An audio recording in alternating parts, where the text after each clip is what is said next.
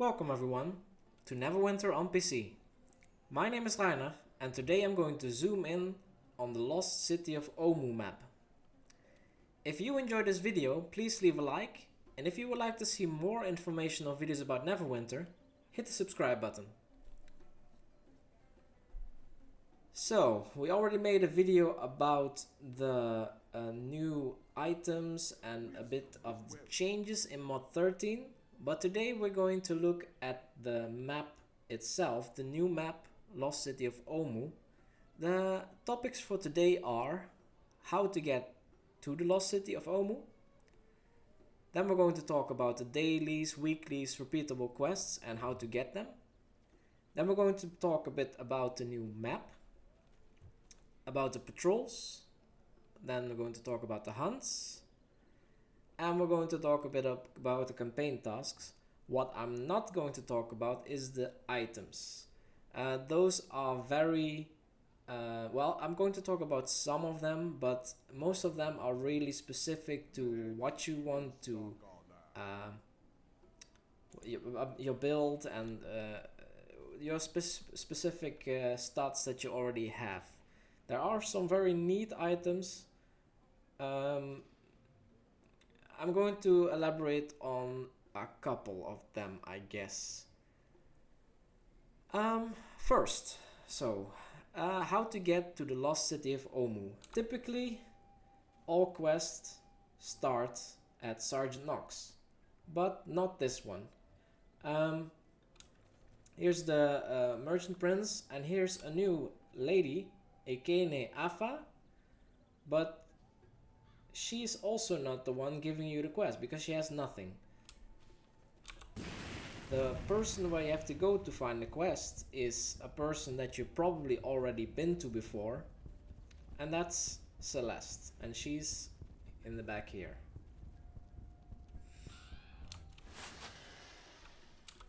She will give you a new quest called the Lost City, and this quest will send you to the Lost City of Omu and find Eku. So let's do that. Just go to the place where you go to Star before, to the jungle.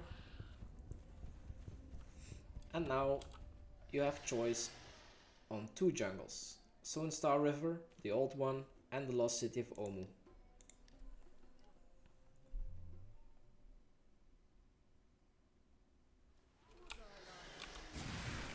Here, it's very easy. You just walk to the camp, which is up the stairs here, and you're already there. No dangers in between, and this will bring you to the map.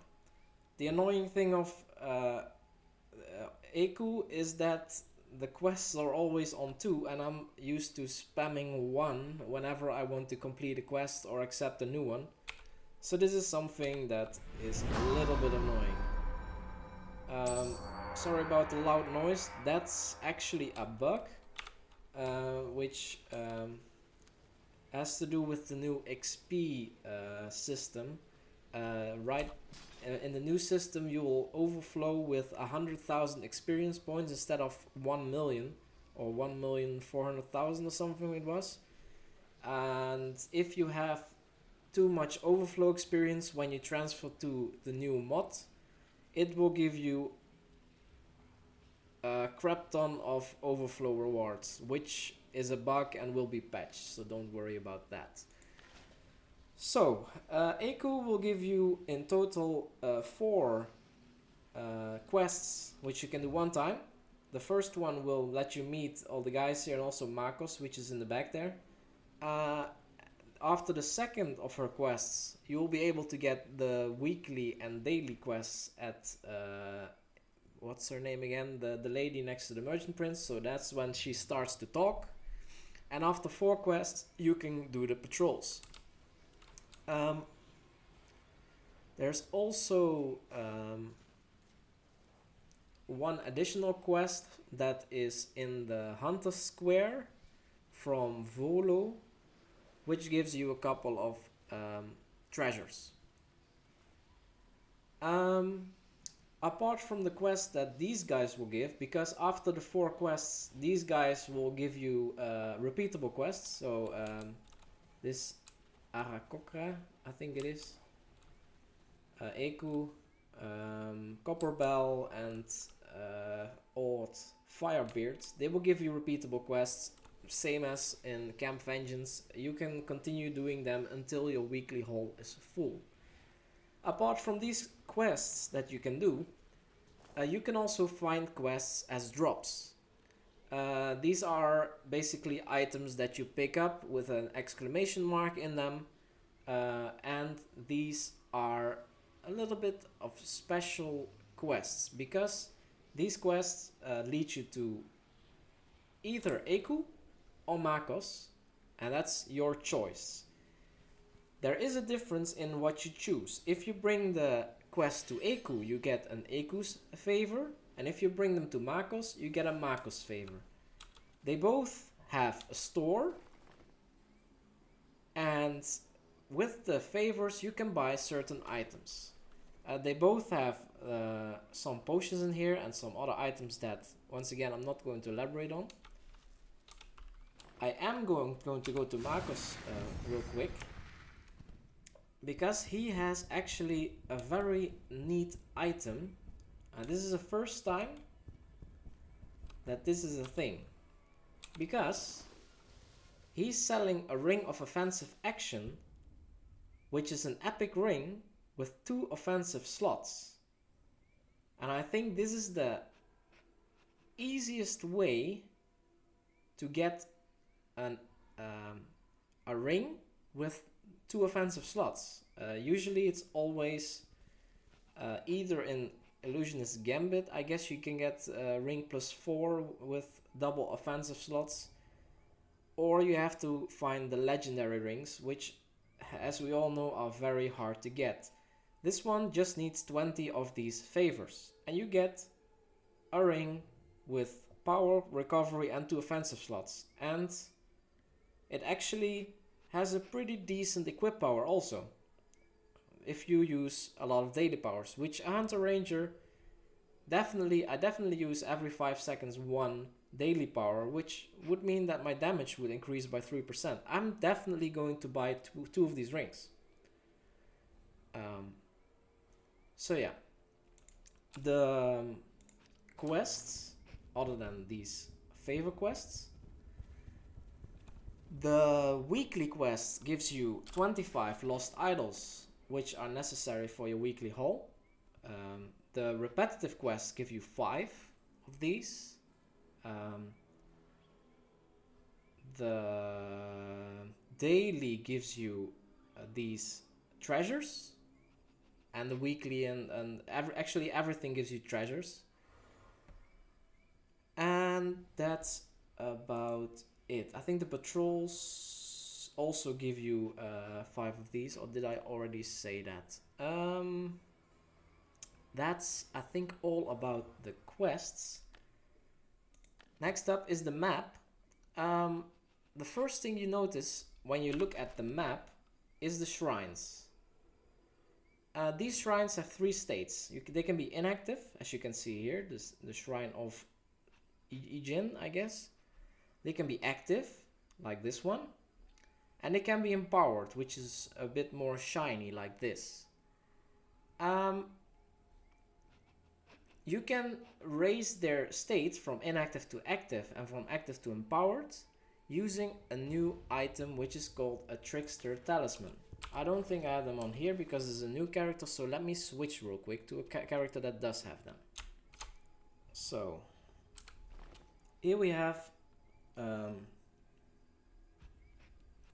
my character that has 28 of these, and these are actually very prominently visible when they drop, because this is the only purple item that will drop on the map, except for maybe some lures which are also purple. But you will see when these drop, and you actually need at least one of these for one of the 4 intro quests. These can be used on the shrines, on these, which are actually located on the lower ground. So this map has a upper ground and you can see a couple of doors here, and actually every shrine has an entrance to the Undercity. It's called Undercity. The shrines are physically located in that Undercity, and you can use the Trickster Talismans to upgrade their state. When they're all empowered, you actually get access to a new heroic encounter, which, as I said before, is a little bit bugged at the moment. I don't know I don't know what the rewards from it are, but I guess it's some riches and maybe some extra gear. There are all kinds of enemies on the map. Some of them you know from Chult, from Star, but some of them are also from really early on in your Neverwinter life, like the Greenscales and Kobolds. They have made a comeback. Dinos are less prominently available on the map. There are a couple here, and I think that's about it. They are only here. So getting kicked off your mount will happen much less. So that's a good thing. Apart from the new rare creatures, one new creature is added in here, and that's the gorilla. And they always are standing in groups of 3, 1 silverback and 2, let me see, what are they called again? 2 lowlanders. And the silverbacks, they actually give quite a decent chunk of XP. There's also a new mechanism on this map that I think I haven't seen before. You can use skill nodes to teleport to a different part of the map. I'll show you one. So here is a shiny or sprinkly area, and you can use a dungeoneering skill to interact here, and it has a chance to fail, of course. And if you use it, you are teleported to a different kind of the map, to a different part of the map. We were here, and now we're teleported to the other side of the map. There are actually 4 of these teleport locations. I have made a map of these locations plus the far side orbs, and they will be hosted on the Neverwinter Unblocked website tomorrow. I will put a link in the description down below. It is a really cool website. They have a lot of good information. If you like my videos, you will definitely like their website as well. So don't just look at the maps, look at the whole website. It's really cool. The last thing that's different from Star, there's no fishing here. Let's go back. Okay, it worked, but it can fail. So there is some water here, and here's also a pond, but never on this map can you go into your kayak and fish. So all trophies need to be earned by killing rare creatures. That's it for the map. Patrols. Patrols actually follow the same mechanism as in Star. You can do 6 patrols per week, and Ike Neafa will give 2 of them per hour. There are a couple different maps. Some patrols are in the Tomb of the Nine Gods map, which is pretty neat. The patrols are all the same. You kill 5 groups of enemies and find 3 chests. Something that is recurring, a recurring observation that I have is that things are a lot better hidden in this mod. So the chests, I sometimes really have to stroll around and search for them. I never had that issue in 12 and was it 12B, I guess, in Star. I never had that issue.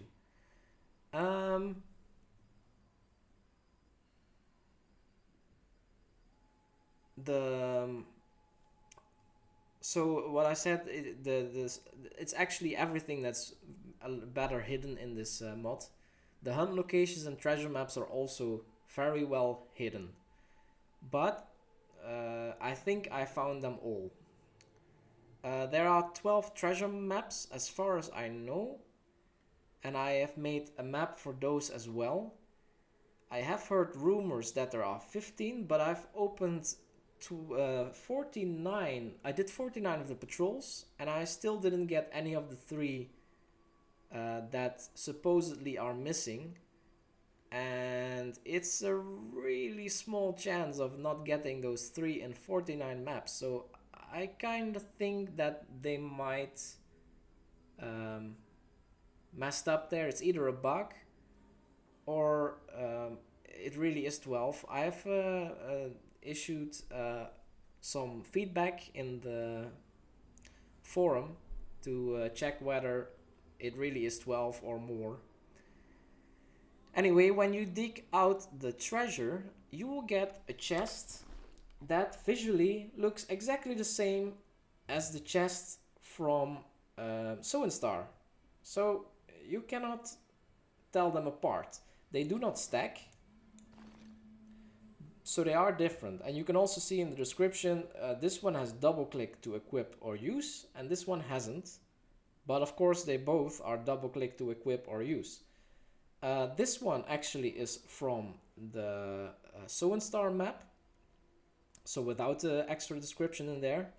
And this one is from the Omu map. So this one we already opened 2500 in another video. You can get some Cholton resources, a voodoo doll, some totems, or a mask, or what was it again? Or a ring of course, and you get some RP. In the new box you get also the resources, you get also a voodoo doll, the same voodoo dolls, you get some RP as well, and you get some lost idols in here, or a new mask, which is pretty decent, or also rings. And these rings I also want to show you real quick.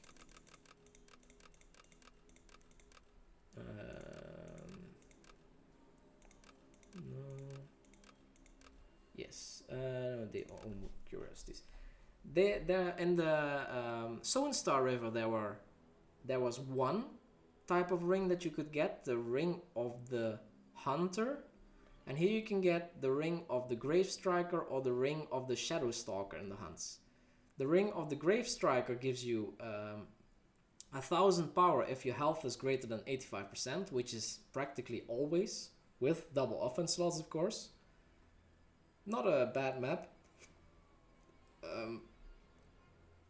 And the other ring is that you do 2.5% more damage when you are 25 inch or closer to your target, with power, armor penetration, and 2 offense slots. This ring is probably best in slot for DPS, at least close range DPS. This is if you have 2 of these, it's 5% more damage just with the rings, including some power and armor penetration. These are also pretty nice because they give power and crit and extra power. Actually, the rings from these treasure maps are very, very good. Let me see if I get a +2 and a +1, and I get the skull mask. And the skull mask is also not that bad because it gives you 1500 crit when your health is greater than 75%. Usually I don't like crit behind what's it called, behind switch, which can be on and off, but this health greater than 75% is practically almost true, so it's not that big of a switch. And with that in mind, this skull mask actually gives quite a lot of stats. There are many defensive stats in here, so For a DPS, it might not be that great, but for a tank, this would actually not be such a bad item. So those are the chests. I've made a map with all the treasure locations. As with all the other maps, they will be hosted on the Neverwinter Unblocked website. So now we come to the hunts. Before you can start doing the hunts, you need to have them unlocked in the campaign tasks. This is the same as with the first part of Chill down here. You needed to unlock these for the rare, epic, and the King of Spines. And this goes on for the rare, epic, and Tyrant for the Lost City of Omu. Basically the same. Once you have unlocked this one, you can start buying lures. There are 6 1-star hunts, 3 2-star hunts, and finally 1 3-star hunt. Pretty much the same as So and Star. To get the trophies for the 1-star hunts, you need to kill rare creatures. I've located all the rare creatures and identified them. There are 7 rare creatures, including the Razortyrannus Rex, which gives you the Razortyrannus Rex Spine, and that's the big dinosaur that walks around. It's practically the same as the Tyrannosaurus Rex from So and Star. It will give you a spine practically, or actually always, if you're not in a group and you have done damage to them, keeping in mind that they are unique, same mechanism as before. The second rare creature is the Red Recluse. This is a big spider and it can drop the trophy Red Recluse Venom. These big spiders spawn at the spider spawns. There are a couple here in this area and there are quite a few in the Undercity. The Rotting Sun Bear will drop the Plagued Paw trophy. The bears are located in this area-ish. I guess this here.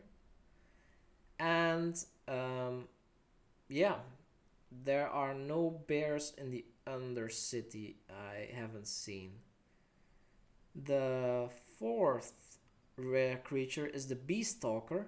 And the Beastalker drops a Driftwood Shield, and it spawns on the Greenscale spawns. The Greenscales, they spawn mostly in this area, above the ground, but also below the ground in this area here.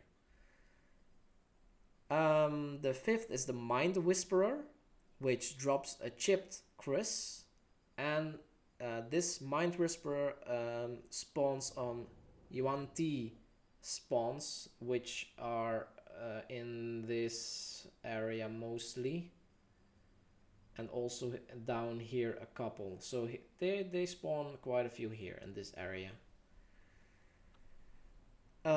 Sixth is the Magebreaker, which drops the Magehunter's Helm, and it spawns on the Thayan spawns, which are in this area. And the last one is the Ancient Will-O Wisp, which drops the Sealed Whisp trophy, and it spawns on the Undead spawn locations, which are mostly up here in this area.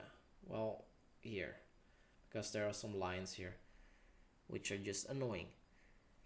Rare creatures now have an icon behind their name. You can see it here, this icon here.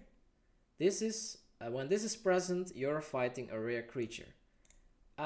With mod 13, they actually also added this icon in the So and Star map. So you will see it there as well. That's a change that they have also done there. Tier 1 hunts just as in Soul Star, sometimes drop trophies that can be used to buy tier 2 lures, and the tier 2 lures can be used to buy the tier 2 trophies, and they can be used to buy tier 2 lures, and they can be used to start tier 2 hunts, and those drop tier 3 trophies, and you can tier 3 trophies, and you can use 3 of them to start the tier 3 hunt. I will put all the recipes in the description down below, so if you want to know those, they are down there. They will also probably be on the Neverwinter Unblocked website. I'm pretty sure about that. I also found all the hunt locations in the meantime.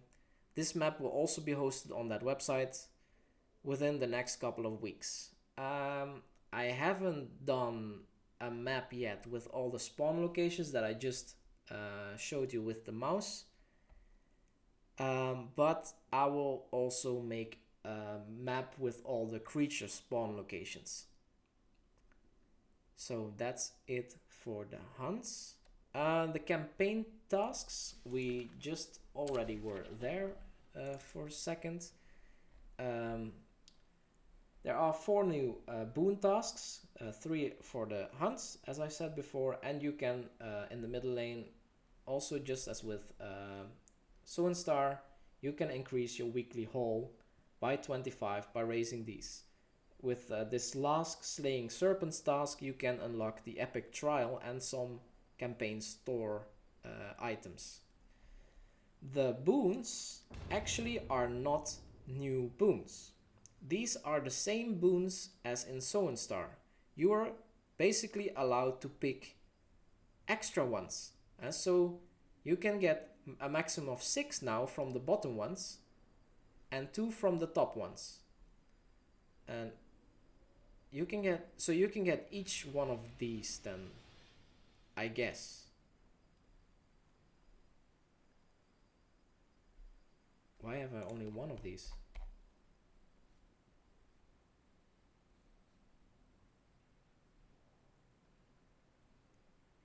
Anyway, so you get the same boons, but you can pick more. Which ones you should take depends on your class and build. I cannot really elaborate too much on that one. Yeah. So that's the last everything I need to say about the campaign task. With this one, which unlocks with the blessings no, not with that one. With the top tasks, Slaying Serpents, you can create rings again, which can be used in the new trial. So, as I said before, I will leave links to the maps and the hunt recipes in the description below. If you have any remarks on this video or any suggestions on what to investigate next, feel free to leave a comment below, and if you haven't yet, don't forget to subscribe. Thank you so much for watching, and see you in the next video.